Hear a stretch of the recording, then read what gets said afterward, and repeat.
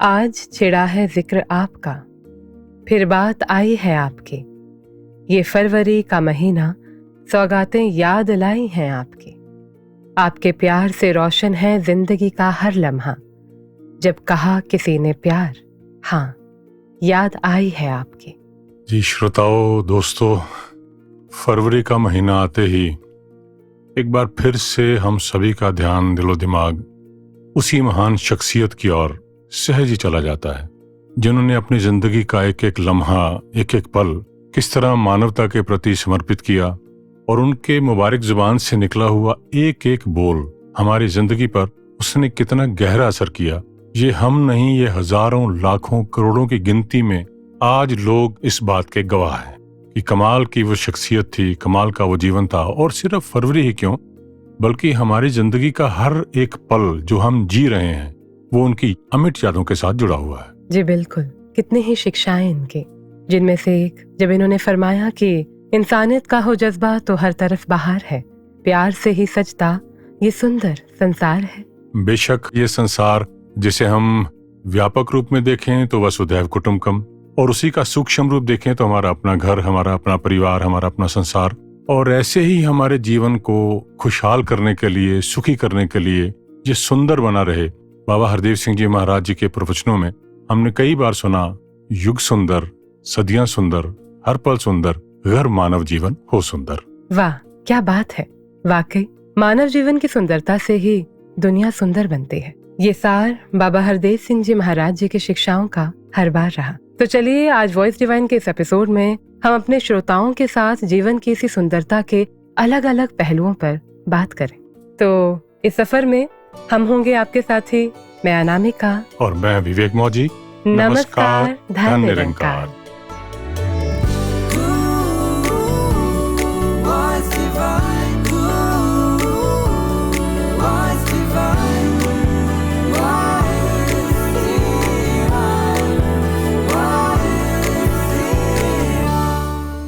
जीवन की सुंदरता की बात हो रही है तो एक कहानी याद आ रही है विवेक जी। जी जी। जो बाबा जी भी अक्सर दोहराया करते थे। एक इंसान नक्शे के कुछ टुकड़ों को जोड़ रहा था लेकिन जोड़ नहीं पा रहा था जी। फिर उनके बेटे ने उन्हीं नक्शे के टुकड़ों को तुरंत जोड़ दिया। हैरान पिता ने पूछा कि ऐसा कैसे किया, तो बेटे ने कहा कि नक्शे के पीछे एक इंसान का चित्र था। जब इंसान को ठीक से जोड़ दिया तो दुनिया अपने आप ही जुड़ गई। देखिए अनामिका जी, कितनी छोटी सी कहानी है लेकिन कितनी गहरी शिक्षा है अगर कोई समझना चाहे तो। जी। दरअसल कभी कभी कोई उलझन का जवाब, सॉल्यूशन होता कहीं और है और इंसान ढूंढता कहीं और है। बिल्कुल। और खास तौर पर जब हम जिंदगी जीते हैं, जैसे कि जब बात शुरू हुई युग सुंदर सदियां सुंदर, तो सबसे जो अहम है वो हमारा अपना घर है, हमारा अपना उसके अंदर किरदार है कि हम कैसे जिंदगी जी रहे हैं। और इसमें जीते जीते हमारे डिफरेंट रोल्स होते हैं जिसे हम प्ले करते हैं जी। और कभी कभी अपने ही रोल को हम देख नहीं पाते, यानी जो उसका प्रॉपर सॉल्यूशन होना चाहिए वो हम देख नहीं पाते। आपको क्या लगता है? बिल्कुल बिल्कुल सही कहा आपने। हम कई बार खुद की ओर देख ही नहीं पाते कि हम में भी कोई कमियां रहती हैं। मैं आपको बताता हूँ एक घटना। कुछ टाइम पहले किसी एक परिवार में जाना हुआ और परिवार में मैंने जाके देखा कि बहुत अच्छा माहौल, खुशनुमा माहौल। और आपको पता है कि आजकल की दुनिया में जितने बाहर से लोग मास्क नजर आते हैं जी, नजदीक जाएं तो ऐसे लगता है कि कहानी कुछ और ही है। बिल्कुल। लेकिन उस घर में जाकर के ऐसे लगा कि सचमुच में वो बड़ी अच्छी जिंदगी जी रहे हैं, एक दूसरे पर जान छिड़क रहे हैं, कितना अच्छा उनका आपस में संबंध बने हुए हैं, छोटा बड़ा, वो कमाल का था। तो मैंने उनसे पूछा इसका राज क्या है जी। तो मुझे बड़ी हैरानी हुई कि आज के वक्त में भी लोग इस तरह की जिंदगी ऐसी सोच के साथ जीते हैं। तो जब उन्होंने उसका मुझे ढंग बताया, तरीका बताया कि हुआ क्या, कहने लगे हम बचपन से ही, जब कुछ साल पहले बच्चे छोटे थे तो हम एक घर के अंदर गेम्स खेला करते थे बच्चों को साथ लेकर के। गेम? हाँ बिल्कुल, कुछ आउटडोर कुछ इंडोर गेम्स होती हैं, बातों की गेम्स। और बातों की गेम्स क्या थी, कहने लगे कि हम इकट्ठे बैठ जाते थे और हम सभी खुले दिमाग से, ओपन माइंडेडली एक ये खेल खेला करते थे कि पापा ने अपने बच्चों को कहा, अपनी वाइफ को कहा कि भाई मुझे मेरी कमी बताओ जी। इस घर के अंदर चलते चलते कभी कभी होता है ना कि हम डर के मारे एक दूसरे के साथ अपनी बात नहीं कह पाते, पता नहीं उनको बुरा ना लग जाए, पता नहीं मेरी बात के प्रति जजमेंटल ना हो जाए। हाँ, तो कभी कभी इसी परेशानी में, इसी सोच में इंसान स्ट्रेस्ड होकर के जिंदगी जी रहा है। उसे पता नहीं होता कि स्ट्रेस्ड है, लेकिन वो स्ट्रेस्ड होकर के जिंदगी जी रहा है जी। तो जब उन्होंने कहा कि हम बड़ी ओपन माइंडेडली एक दूसरे से पूछते हैं कि बताओ मेरी कमी क्या है, तो जब हस्बैंड अपनी वाइफ को, अपने बच्चों को स्पेस देता है, तो आगे से वो भी उनको अच्छी तरह से कहते हैं कि हाँ, आपने पूछा है तो हम बता रहे हैं, आपके अंदर बड़ी अच्छाइयां हैं, लेकिन ये जो कमी है ना, जिसके कारण सारे परिवार का माहौल खराब हो जाता है। आप बहुत गुस्सा करते हैं, बड़ा सडनली रिएक्ट कर देते हैं, बिना सोचे समझे आप पूरी बात को सुनते नहीं हैं और इमीडिएटली रिएक्ट कर देते हैं। ऐसी कई बातें। तो पत्नी ने कहा कि मेरी कमियां बताओ, बच्चों ने कहा, तो सबको एक अपनी बात कहने की आजादी मिल गई, प्लेटफॉर्म मिल गया। और सबसे बड़ी बात जी, कि खाली बात सुनने के लिए नहीं सुनी गई, सुन करके अपने आप को करेक्ट करने के लिए, ठीक करने के लिए, कि मैं अपनी आदत ठीक कर पाऊं। अनामिका जी, और जानते हैं क्या हुआ इससे अच्छी बात? जी। हुआ ये कि वो तो छोटे बच्चे थे, अब वो बच्चे बड़े हो गए। बड़े हो करके बेटी की शादी हुई तो बहू आ गई, बेटी की शादी हुई तो दामाद घर में आए। उन्होंने वो जो तरीका, एक परंपरा थी, उसे कंटिन्यू रखा। अरे वाह। कई बार होता है ना कि हम थोड़ा भेद रखते हैं, थोड़ा सा ओला सा रखते हैं कि ये बात बहू के सामने नहीं करनी। तो एक अच्छे परिवार की तरह उन्होंने वो उतनी ट्रांसपेरेंट अपने स्वभाव को रखा, यहाँ तक कि उस फादर ने दामाद से पूछा और मदर इन लॉ ने अपनी डॉटर इन लॉ से पूछा कि बेटा, आपको मेरी कोई बात ऐसा तो नहीं जो अच्छी नहीं लगती है, आप खुल करके बता देना। तो जहाँ इस प्रकार का माहौल हो, डर ना हो कि हम कोई बात कहें तो हमें जज ना किया जाए, और सिर्फ ये नहीं है कि कमियां जानने के लिए या कमियां बताने के लिए है, मकसद ये है कि अपनी अपनी कमी हम खुद सारे के सारे दूर कर पाएं। एक मिशन का बड़ा पुराना गीत मुझे याद आ रहा है, उसके बोलते, सबके गुण अपनी हमेशा, गलतियां देखा करें, जिंदगी की हूबहू यूं झांकियां देखा करें। वाह, बहुत खूब। वाकई गलतियां मालूम चलना ही काफी नहीं होता। जी जी। उस पर काम करना, प्रयास करना और बेहतरी की ओर अपने कदम आगे बढ़ाना, ये जरूरी होता है। बेशक बेशक। तो आइए इन्हीं प्रेरणा भरी भावनाओं के साथ आगे बढ़ते हैं और सुनते हैं संपूर्ण हरदेव बानी का ये पावन शब्द। अच्छे अच्छे इंसानों से ये दुनिया भर जाएगी, सुख ही सुख बरसेगा हर सुख, खुशहाली ही छाएगी। अच्छे अच्छे इंसानों से ये दुनिया भर जाएगी, सुख ही सुख बरसेगा हर सुख, खुशहाली ही छाएगी। अच्छे अच्छे इंसानों से।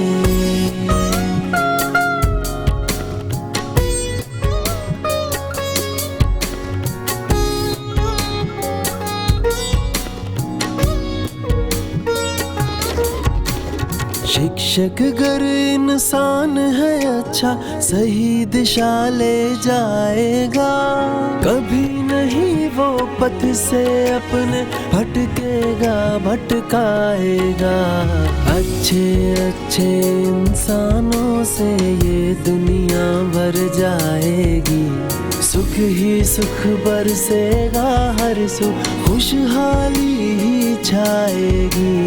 अच्छे अच्छे इंसानों से।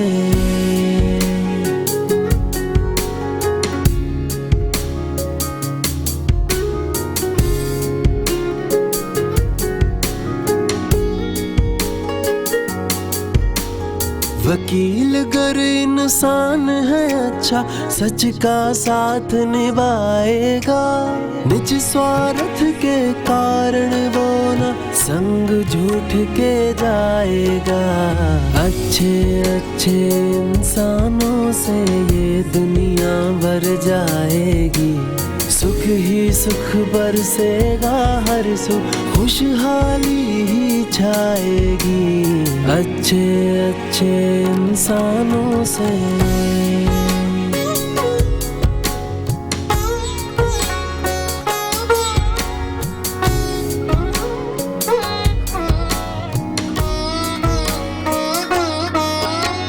डॉक्टर अगर इंसान है अच्छा, तो जीवन का रक्षक है, दया धर्म को छोड़ के वो न बनता जीवन भक्षक है। अच्छे अच्छे इंसानों से ये दुनिया भर जाएगी, सुख ही सुख बरसेगा हर सू, खुशहाली ही छाएगी अच्छे अच्छे इंसानों से।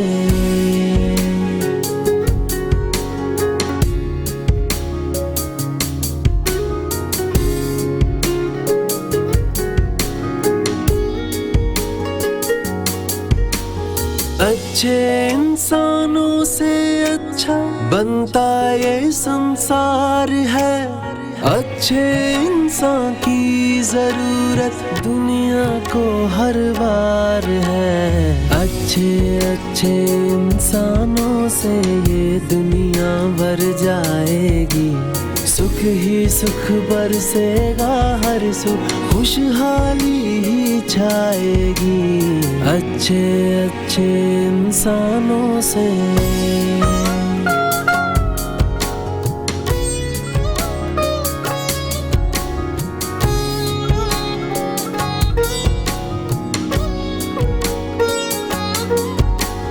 संतमति को धारण करके सब अच्छे बन जाएंगे, कहे हर देव जुड़ेंगे सच से, सब सच्चे बन जाएंगे।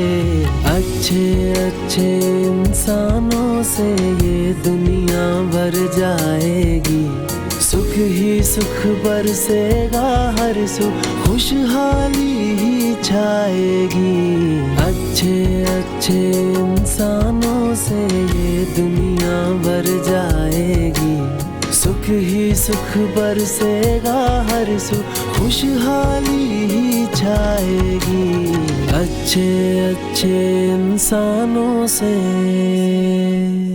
अनामिका जी, मैंने जीवन में कई बार ये देखा कि बाबा हरदेव सिंह जी महाराज कभी कभी बड़ी गहरी बात को, बड़ी संजीदा बात को बड़े सहज में और कभी कभी बड़े मीठे से, हल्के से कह दिया करते थे। जैसे बॉल को नहीं बोलों को पकड़ो। क्या बात है।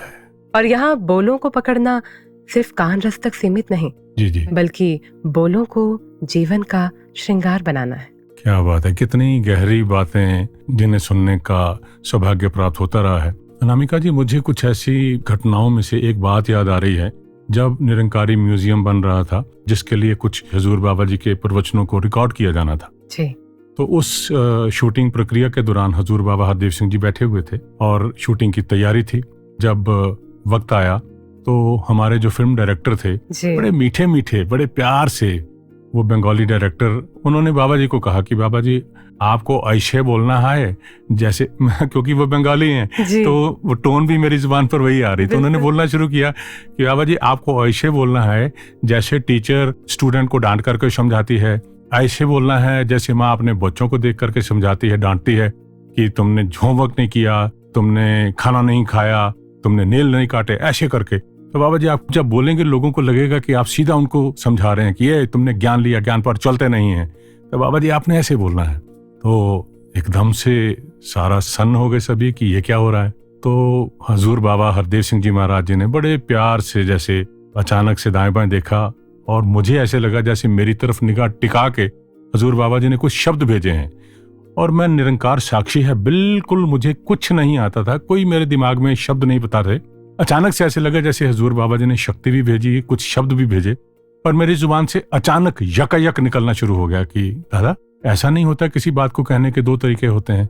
एक तरीका होता है जनरलाइज करके कि अच्छे बच्चे ऐसे नहीं करते, अच्छे बच्चे ऐसे करते हैं, और एक तरीका स्पेसिफिकली नाम लेकर के डांट करके समझाने का होता है। तो एक जनरल तरीका होता है ना, ताकि बुरा ना लगे, बस इतनी बात थी। बाबा जी भरपूर मुस्कुराए और मुस्कुरा करके इतने प्यारे से मीठे से अंदाज में कहने लगे, वही तो मैं सोच रहा था कि मैंने तो किसी की कमियां देखते हुए, जानते हुए भी कभी उसको बुला करके स्पेसिफिकली नहीं कहा। मैं तो उन बातों को जनरलाइज करके विचार में ही कहीं कह देता हूं ताकि कभी किसी को खराब ना लगे और हम सभी अपने अपने लिए ये सोच सकें।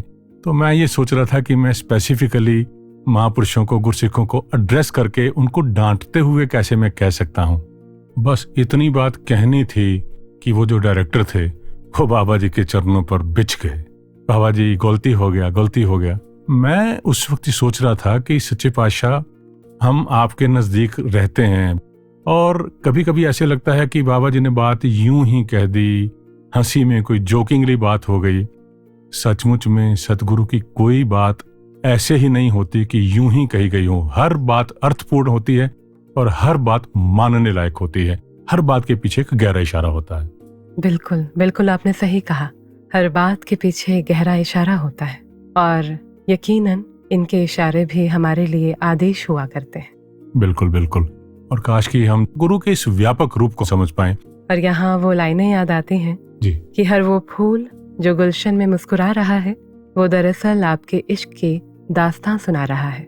जी जी, क्या बात है। खुशबू बनकर उड़ना तो फितरत है हवाओं की, आपका प्यार तो खिजा को भी महकना सिखा रहा है। वाह वाह, क्या बात है। तो आइए विवेक जी, इसी प्यार के पैगाम के साथ आगे बढ़ते हैं और सुनते हैं सदगुरु बाबा हरदेव सिंह जी महाराज जी को समर्पित ये काव्य रचना। धन निरंकार जी, पेश है मेरे हरदेव पुस्तक से ली गई ये कविता। इस गुलशन के हर एक गुल से तेरी खुशबू मिट ना पाएगी, हर बात पे बातों बातों में तेरी उल्फत ही याद आएगी। इतना कोमल इतना नाजुक वो दिल तू कहां से लाया था, जिसमें था दर्द जमाने का, बस प्यार ही प्यार समाया था। तेरे दिल जैसा दिल कोई ये दुनिया ढूंढ ना पाएगी, हर बात पे बातों बातों में तेरी उल्फत ही याद आएगी।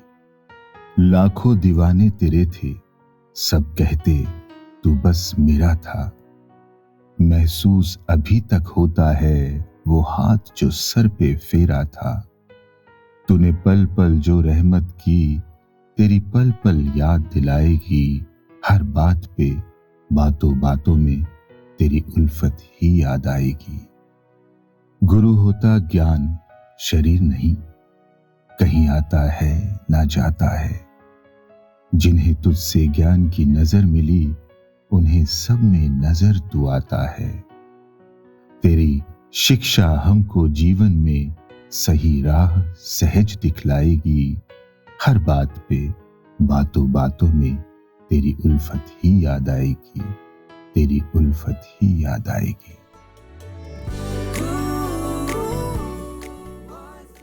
अनामिका जी, वैसे देखें तो अगर कोई सीखना चाहे ना तो हर रोज एक नई शिक्षा मिलती है। बिल्कुल। अच्छा, दूसरा यह है कि कभी कभी कोई सिखाना चाहे तब भी लोग सीखना नहीं चाहते, और जो सीखना चाहते हैं वो अपने सामने हो रही घटनाओं को देख करके, घटनाओं से सीख करके वो अपने आप को करेक्ट कर लेते हैं। और जब सतगुरु की शिक्षाओं की बात होती है तो कितनी ही चीजें हैं। जब एक बार इंसान सोचना शुरू करता है तो लगता है कि एक से एक बढ़कर नायाब हीरे हैं। आपके जीवन में अनामिका जी कोई ऐसा पल हो या ऐसे कोई शब्द हो, कोई एक ऐसी बात जो बिल्कुल दिल को छुई हो? यूं तो बाबा हरदेव सिंह जी महाराज जी की कितनी ही शिक्षाएं जो कि हमारे जीवन का श्रृंगार बनी है, लेकिन उनमें से एक शिक्षा जो अभी मुझे याद आ रही है कि बाबा जी अक्सर इस बात पे जोर दिया करते थे कि शब्द औषधि भी होती है और घाव भी। तो ये चुनाव बड़े विवेक से हो कि जब भी इन शब्दों का इस्तेमाल हो तो वो सभी के दिलों का सुकून बने, राहत बने। वाह। और श्रोताओं, हम जानते हैं कि आपके पास भी ऐसे बहुत से अनुभव होंगे, बहुत सी बातें होंगी, क्योंकि हर एक का जो कनेक्ट था वो बाबा जी के साथ इतना करीब था। आज भी कभी भी विश्व के किसी भी कोने में किसी छोटे से बच्चे से बात करें, किसी बड़े उम्र से के व्यक्ति से, गुरसिक से बात करें, तो उसकी कोई ना कोई जिंदगी की ऐसी बात जरूर याद आती है कि बाबा जी ने मुझे इस वक्त में ऐसी शिक्षा दी थी, और वो सारी की सारी बातें जिंदगी की एक बेस्ट मेमोरी बनी हुई है। तो दोस्तों, आपकी उसी मेमोरी में से ही सतगुरु बाबा जी की शिक्षाओं से क्या सीखा, आपकी अपनी कहानी, आपकी अपनी जुबानी। धन्यकार जी, सतगुरु बाबा हरदेव सिंह जी महाराज की वो बात मुझे अक्सर याद आती है कि जब वो पटियाला में YPS स्कूल में पढ़ते थे, बाल रूप में थे, तो कुछ बहनें थी जो उनकी सेवा करती थी और माताओं के जैसे उनको प्यार देती थी। और वो समय निकलता गया, हजूर की पढ़ाई पूरी हो गई, हजूर दिल्ली आए और फिर बाबा जी का गद्दी पे आना हुआ। बाबा गुरबचन सिंह जी के जाने के बाद जब बाबा हरदेव सिंह जी का पटियाला में फिर से जाना हुआ तो भवन में बहुत रश था, पटियाला भवन में, और अधिकारियों की तरफ से ये आदेश था कि जब बाबा जी की गाड़ी भवन के अंदर रुकेगी तो कोई भी महात्मा उनको नमस्कार करने के लिए आगे नहीं बढ़ेगा। जो बहनें जिन्होंने बाबा जी की बाल रूप में सेवा की थी वो एक कोने में खड़ी थी, अब वो बुजुर्ग अवस्था में आ चुकी थी और बाबा जी की गाड़ी को ही निहार रही थी कि बाबा जी उतरेंगे तो बाबा जी से मिलेंगे, पर अधिकारियों के आदेश के आगे वो भी अपनी जगह पे खड़ी थी। जब हजूर की गाड़ी रुकी, हजूर बाहर निकले तो उनकी नज़र सीधा ही उन माताओं पे पड़ी और वो सीधा ही उनकी तरफ गए और उनको नमस्कार की, और उन माताओं ने भी उनको बच्चों के जैसे प्यार किया, उनका मस्तक चूमा, किसी ने उनको गलवकड़ी में लिया और बाबा जी ने में उन सारी बहनों को गलवकड़ी में ले लिया और बहनों की आंखों में वो प्यार के आंसू झलक रहे थे। और इस नज़ारे को देखते हुए दासी नतमस्तक हुई कि हे सच्चे पातशाह, हमें भी ऐसा आशीर्वाद जो आपकी तरफ से मिला उसे अपनी ज़िंदगी में ढाल के अपनी ज़िंदगी संवार सके। अलौकिक छटा थी, अलौकिक नज़ारा, धरा पे जब उतरा, मधुर रूप प्यारा, जिसने भी देखा यही मुख से निकला, कि नूरानी चेहरा है दुनिया से न्यारा। हम सब जानते हैं कि बाबा जी का नूर ही ऐसा था कि जो कोई इनसे मिलता वो इन्हीं का हो जाता, इन्हीं का बन जाता। हजूर की कृपा से दास बिजनेस में है और एक बारी जब दास अपनी दुकान पे था तो दास के एक सप्लायर का आना हुआ। उसने जैसे ही बाबा जी की फ़ोटो देखी उसने दास से पूछा, आप निरंकारी हैं? मैंने कहा, जी मैं निरंकारी हूँ और ये हमारे सदगुरु बाबा हरदेव सिंह जी महाराज है। तब उन्होंने कहा, हाँ हाँ मैं इन्हें जानता हूँ, मैं तो इनसे मिल भी चुका हूँ। मैंने पूछा, आप कौन से समागम या संगत में इनसे मिले? तब वो मुस्कुराए और कहा, मैंने तो आज तक कोई समागम अटेंड नहीं किया, ना ही मैं कभी संगत गया हूँ। उन्होंने कहा कि मैं दिल्ली का रहने वाला हूँ और मैं अपने परिवार के साथ अक्सर छुट्टियों पे मसूरी जाता हूँ। और एक बार हम जब मसूरी गए हुए थे, वहाँ घूम रहे थे, घूमते घूमते हम जब एक आइसक्रीम की दुकान पे पहुँचे, जैसे ही हम पहुँचे पीछे से बाबा जी और अनेकों उनके भक्त और कुछ सिक्योरिटी के महात्मा भी वहाँ आए। ये मेरा इत्तेफाक था कि मेरी नज़र उनसे मिली। मैंने मुस्कुराया, मैंने सर झुका के उन्हें नमस्कार किया। बाबा जी ने मुस्कुराकर मुझे जवाब दिया और आपकी जो खाकी वर्दी वाले होते हैं महात्मा, कुछ सेकंड बाद वो आए, आगे कहा कि बाबा जी ने आपके लिए आइसक्रीम भेजी है। हम सत्संग जी बड़े ही हैरान हुए कि हम तो इन्हें जानते भी नहीं, इन्होंने हमारे लिए आइसक्रीम भेजी। और इत्तेफाक देखिए कि कुछ सेकंड बाद हमें उनसे बात करने का मौका मिला। बाबा जी ने बच्चों के सर पे हाथ रखा और हमको बहुत प्यार किया। उन्होंने कहा कि सत्संग जी यकीन कीजिए, मुझे ऐसे लगा कि मैं अपने घर के किसी बड़े, मेरे पिता रूप से मैं किसी से बात कर रहा हूँ। और इतना उन्होंने प्यार दिया और ये पूछा कि आप कहाँ से हैं, आप क्या करते हैं, आपको यहाँ कैसे आना हुआ। मैंने उनसे बात की, मैं इतना उनसे अट्रैक्ट हुआ, एक मैग्नेटिज्म था उनके अंदर। और आप यकीन कीजिए, मैं तो आउटसाइडर हूँ, मुझे से आउटसाइडर को अगर इतना प्यार मिल सकता है तो आप सब तो इनके भक्त हैं। आप लकी हैं कि आपको ऐसे सदगुरु मिले हैं। धन निरंकार जी, हम जानते हैं कि बाबा हरदेव सिंह जी महाराज ने इस ह्यूमन एग्जिस्टेंस के लगभग हर पहलू को छुआ। उसी में एक पहलू खेलकूद या स्पोर्ट्स का भी रहा। अनेकों बार हमने देखा कि जब भी बाबा जी मसूरी आया करते थे तो सबके साथ वॉलीबॉल खेला करते थे। मेरे हरदेव बुक में भी हमने पढ़ा कि बाबा जी की खेलों में रुचि देखकर स्वयं सदगुरु माता जी का झुकाव भी खेलों की ओर हुआ। बाबा जी हर खेल को भक्ति और गुरमत की सिखलाई से जोड़ देते थे। इन अ वे ही एडवोकेटेड स्पोर्ट्स। इसी बात से इंस्पिरेशन लेते हुए दास भी ये कोशिश करता है कि रोजमर्रा के टाइम टेबल या दिनचर्या में स्पोर्ट्स का भी एक रेगुलर ध्यान रखा जाए और ये बॉडी, माइंड और सोल इन सबको भी हेल्दी रखा जाए।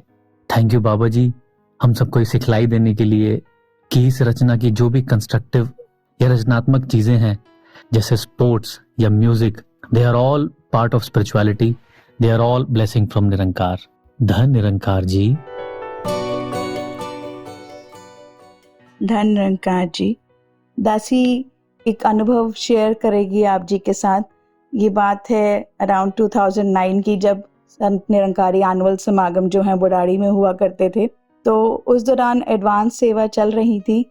तो कैंटीन में हजूर का आगमन हुआ, दूध जलेबी का प्रोग्राम हुआ और प्रोग्राम के बाद सभी को ही चरणों में नमस्कार करने का सुअवसर प्राप्त हुआ। तो उसी रो में दासी भी थी। दासी की गोद में 4 महीने की बिटिया। तो जैसे ही दासी का नंबर आया, हजूर के सम्मुख हुए, तो बच्ची जो कि इससे पहले सो रही थी, तो जैसे ही हजूर के सामने आए तो बच्ची ने एकदम से आंखें खोल ली और उसको देख के हजूर ने बड़े ही प्यार से मुस्कुरा कर पंजाबी में कहा, नींदर खुल गई है। हजूर की ये बात सुन के दासी को ये फील हुआ कि वाकई सच्चे पातशाह आप नींद से हमें जगा ही रहे हो। बस मैं इस चीज़ को फील कर पाऊँ, मान भी पाऊँ कि हाँ जी वाकई ही नींद से जागते ही रहना है। आप जी की ये शिक्षाएं, सिखलाइयाँ जीवन के हर फेस को बहुत ही स्मूथ बना देती हैं। धन निरंकार जी। धन Nirankar ji to all the listeners of voice divine. जब बात सदगुरु की शिक्षाओं की आती है तो हुजूर सिखाते थे that we have to become the reason someone believes in the goodness of people. दास जिस फील्ड से आता है मेडिकल साइंसेस में, तो जनरली हॉस्पिटल में देखा जाता है कोई लावारिस या डेस्टिट्यूट पेशेंट होता है तो most of the time fellow doctors वो केस पिक करने से अवॉइड करते हैं। पर तब आपकी शिक्षाएं, आपकी सिखलाई जीवन में वो मार्गदर्शन करती है कि वसुदेव कुटुंबकम, सारे ही संसार में वो आपकी ही संरचना है। प्यार से कहना चाहिए धन निरंकार। वो जगह कहीं नहीं है कि जहाँ पे तू नहीं है, तू यहीं था, तू यहीं है, तू यहीं है, हर कहीं है, वो जगह कहीं नहीं है।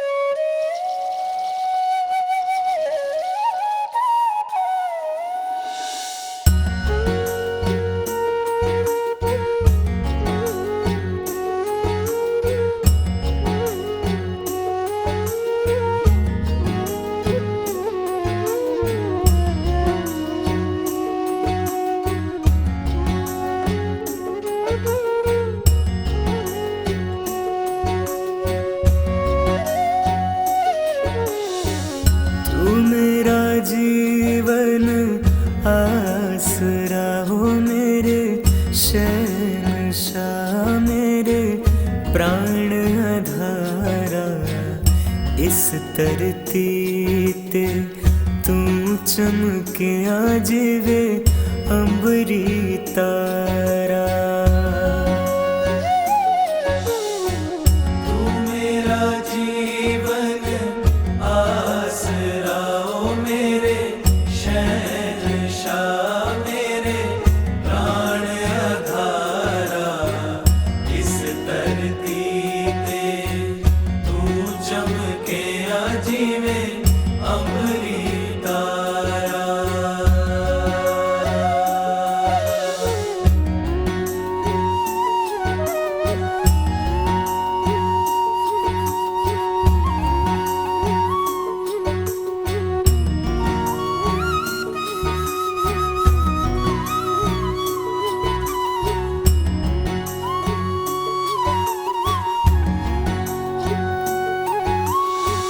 सारे जग विच पई तेरी प्याली कवे, तेरी प्याली कवे।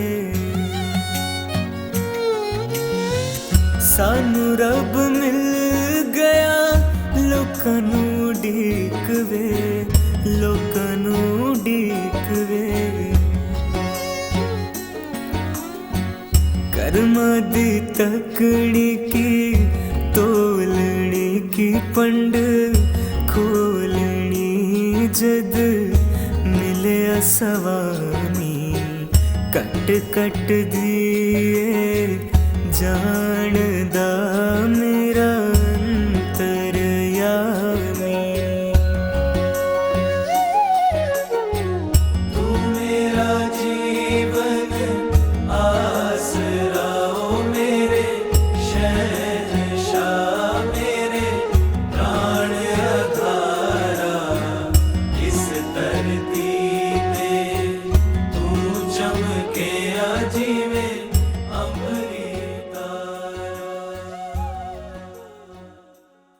सबकी बातें सुनने के बाद कितना अच्छा लग रहा है ना विवेक जी। बिल्कुल बिल्कुल। वाकई ही अगर शिक्षाओं को जीवन में शामिल करने का भाव हो ना, तो कहीं से भी शिक्षाएं ली जा सकती हैं। कोई शक नहीं।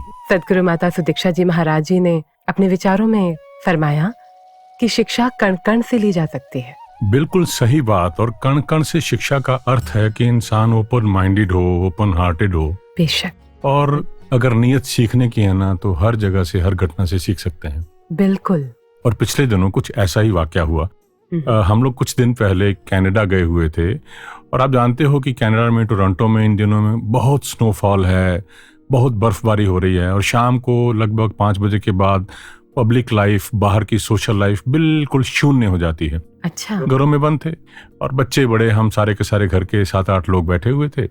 और ग्रैंड डॉटर ने कहा कि चलो नानू नानी आज हम कोई गेम खेलते हैं, हम सारे के सारे अपनी थॉट्स शेयर करेंगे। तो टॉपिक डिसाइड किया गया कि एक अच्छे घर की खुशी के लिए क्या क्या चीजें हैं जो हमें करनी चाहिए, और क्या क्या चीजें हैं जो हमें छोड़नी चाहिए। अच्छा। परिवार की शांति के लिए। तो मैं हैरान हो गया कि छोटी सी बिटिया कैसे कीन ऑब्जर्वर, और उसने कितनी गहरी बातें की। तो जब उसकी बारी आई, उसने 3-4 बातें कही। पहली बात वो कहने लगी कि मुझे लगता है नानू, for a good family, for a peaceful family, हम सभी को इक्वल प्यार करना चाहिए, किसी से प्यार करने में पार्शियल नहीं होना चाहिए। और दूसरी, उसने अपनी और भाई की बात की। मेरी और भाई की कभी कभी फाइटिंग हो जाती है। अच्छा। अब बच्चों की आपस में हो जाती है नोक झोंक, किसी खिलौने को लेकर के, किसी गेम को, किसी टीवी के प्रोग्राम को, कि मैंने ये देखना वो देखना है। कहने लगी छोटी छोटी कभी कभी हमारी फाइट हो जाती है, और फाइट थोड़ी देर तक चलती है जी।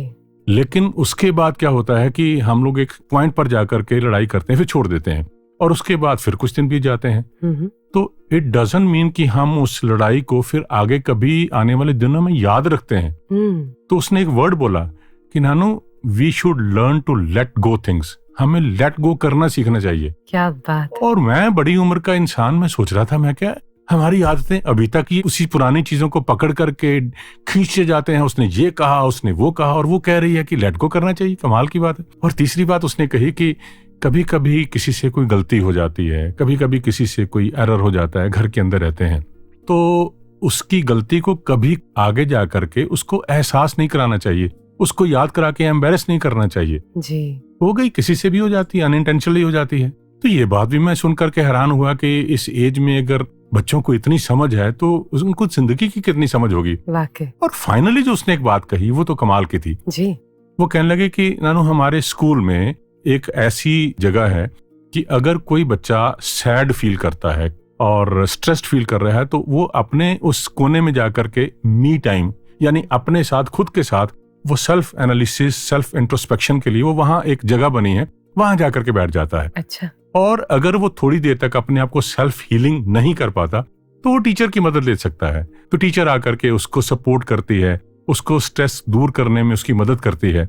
अभी बात चल ही रही थी, तो मेरा जो दोता है, ग्रैंडसन 14 साल का सादिक, उसने कहा कि जैसे अभी सुहानी कह रही थी, और मेरा भी यही मानना है कि खाली स्कूल नहीं, घरों के अंदर भी हमारे पास ऐसा स्पेस होना चाहिए। अच्छा। कि हम अपने आप से बात कर पाएं, और अगर एक सैड है तो बाकी सारे के सारे उसे सपोर्ट कर पाएं। वाह। देखिए, होता तो अक्सर हमारे घरों में है, लेकिन कहीं कहीं पर कोई चीज हम अपने परिवार के लिए फॉर ग्रांटेड ले लेते हैं। जब इन छोटी छोटी चीजों को, जो दूसरे को खुशियां देती हैं, हम इन बातों को अपने जीवन में अपनाना शुरू करते हैं, तो यकीन मानिए घर इतना खुश, इतना स्वर्ग, इतना आनंदित हो जाता है कि जहां किसी को दूसरे से बात करने में हिचक नहीं रहती। तो ऐसा माहौल अगर कहीं घर में बन जाए, तो मुझे वहां से वो शिक्षा मिली, मुझे लगा कि मैं इतनी उम्र के बाद भी शायद अभी अपने आप को मुझे रीअसेस करने की जरूरत है, जो कमियां हैं वो मैं ठीक कर पाऊं। बिल्कुल बिल्कुल। और वाकई ये कितनी कमाल की शिक्षा, और जहाँ कण कण से शिक्षा, तो वहीं हर एक उम्र से शिक्षा ली जा सकती है, और हर एक उम्र में शिक्षा ली जा सकती है। बिल्कुल सही बात। और मुझे तो यहाँ बाबा जी की कुछ और शिक्षाएं याद आ रही हैं। जी जी। कैसे उन्होंने इस बात पे जोर दिया कि अक्सर हम परिवार में जी। अपने कर्तव्यों को तो पीछे छोड़ देते हैं, लेकिन अपने अधिकारों के लिए अक्सर लड़ते रहते हैं। लेकिन बाबा जी ने कहा कि अगर हम अपने कर्तव्यों को पहाड़ की तरह मान लें और अपने अधिकारों को राई की तरह जाने, तो अपने परिवार में हम कितनी खुशियां बटोर सकते हैं। बिल्कुल, क्या बात है। विवेक जी, आज इस एपिसोड में बाबा हरदेव सिंह जी महाराज जी की कितनी शिक्षाओं को अपने जीवन में शामिल करने की हमने प्रेरणा ली। जी। तो आइए अब उन्हीं के इन पावन प्रवचनों का अंश सुनते हैं।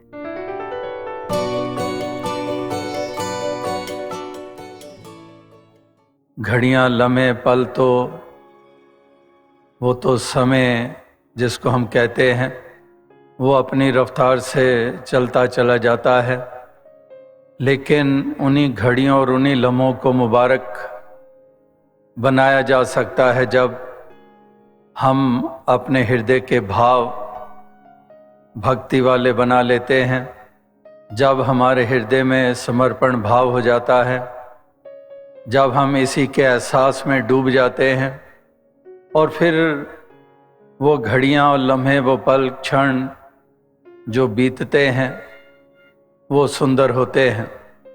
कई दफ़ा दास ने दोहराया कि जब ये नई सदी का आगमन हुआ, जब सन 2000 में हमने प्रवेश किया, 1999 के बाद जब ईयर 2000 चढ़ा, तो उस वक्त एक स्लोगन इसी मिशन के मंच से दिया गया कि युग सुंदर, सदियां सुंदर, हर पल सुंदर, गर मानव जीवन हो सुंदर।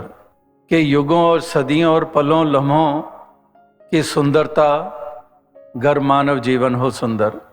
जिन भावनाओं का जिक्र हो रहा है वो भावनाएं हृदय में घर कर जाती हैं तो जीवन सुंदर बन जाता है। यानी कि घड़ियां, लम्हे, युग, सदियां, उनकी महत्ता मन की सुंदरता के कारण है। इसीलिए यहाँ पर इसी मन की सुंदरता के लिए जो हमें असल में इंसानी स्वरूप प्रदान करता है, क्योंकि भाव ही तो हैं जो हमें इंसानी जामे में होते हुए शैतानियत के रास्ते पे चलाते हैं, हैवानियत के रास्ते पे चलाते हैं। ये हृदय के भाव ही होते हैं, ये हमारी अंधकार में सोच ही होती है, जिसके कारण हम इस मानवीय जिस्म को भी कलंकित करते हैं, मानव जाति को कलंकित करते हैं। तो यहाँ पर मन की सुंदरता की बात हो रही है, जिसके कारण इंसानी वजूद में होकर भी हम देवता का रूप बन जाते हैं, और देवता का रूप ही नहीं, हम परमात्मा का रूप बन जाते हैं।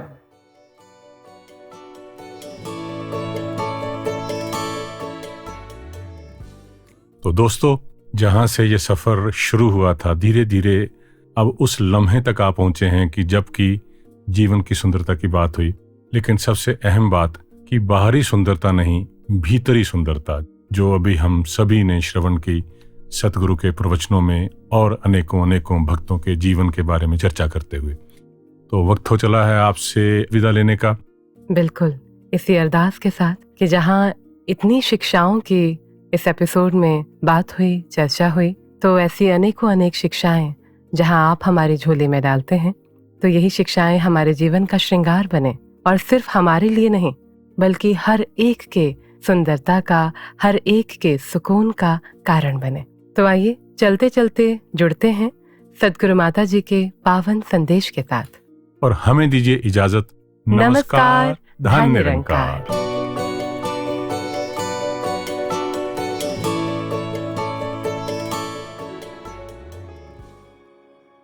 इंसानों, ये सोने का वक्त नहीं है, मनुष्य जीवन मिला है तो पूरा लाभ लिया जाए। जीवन में परमात्मा के दर्शन करके जीवन में परमात्मा को पूरी तरह उतारा जाए, फिर खुद ब खुद ही अपने अंदर बाहर चहूँ और परमात्मा नजर आएगा हर एक में, पूरी कायनात में, ये कण कण में। फिर ये हर चीज़ से हम एक लेसन्स भी लर्न करते हैं, ये कण कण से शिक्षा मिलती रहती है। फिर अपने पराये का फर्क खत्म हो जाता है, हर कोई अपना, हर कोई श्रेष्ठ, चाहे किसी भी जाति, किसी भी राज्य, किसी भी क्षेत्र, कोई भी बोली भाषा, कैसा भी रंग, कैसा भी खान पान, हर एक में यही परमात्मा। और ये फिर सर हर एक के आगे उसी आदर सत्कार से झुक जाता है कि ये परमात्मा स्वरूप। और इसी तरह हर किसी ने अपने जीवन में आत्ममंथन भी करना है कि सिर्फ क्या हम इंसान इसलिए ही हैं कि ये शरीर एक आकार उस तरह जो एक इंसान का शरीर की डेफिनेशन है उसमें बैठ रहा है तो हम इंसान हैं, पर क्या हम उस तरह या फिर एक इंसानियत जो मनुष्य होने का सबूत है, एक असली जो रस है मनुष्य होने का, वो गुण है, मानवीय गुण हैं, ह्यूमन वैल्यूज हैं, दैवीय गुणों से हम भरे हैं या नहीं। तो असली एक प्रमाण, ये सबूत तो इंसानी तन नहीं इंसान होने का, पर इंसानी गुण होना है।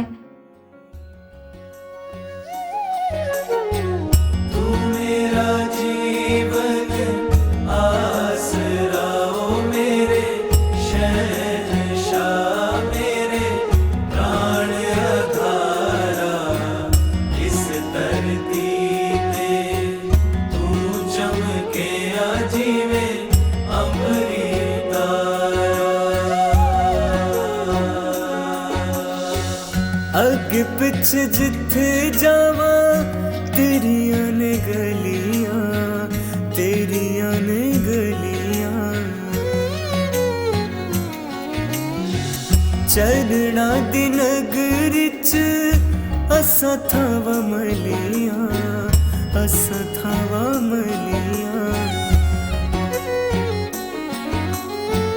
तेनू वेखना ही मेरी जिंदगी हो बंदगी, तस्वीर तू मेरी, तू रेखा मेरे हाथ दी तकदीर।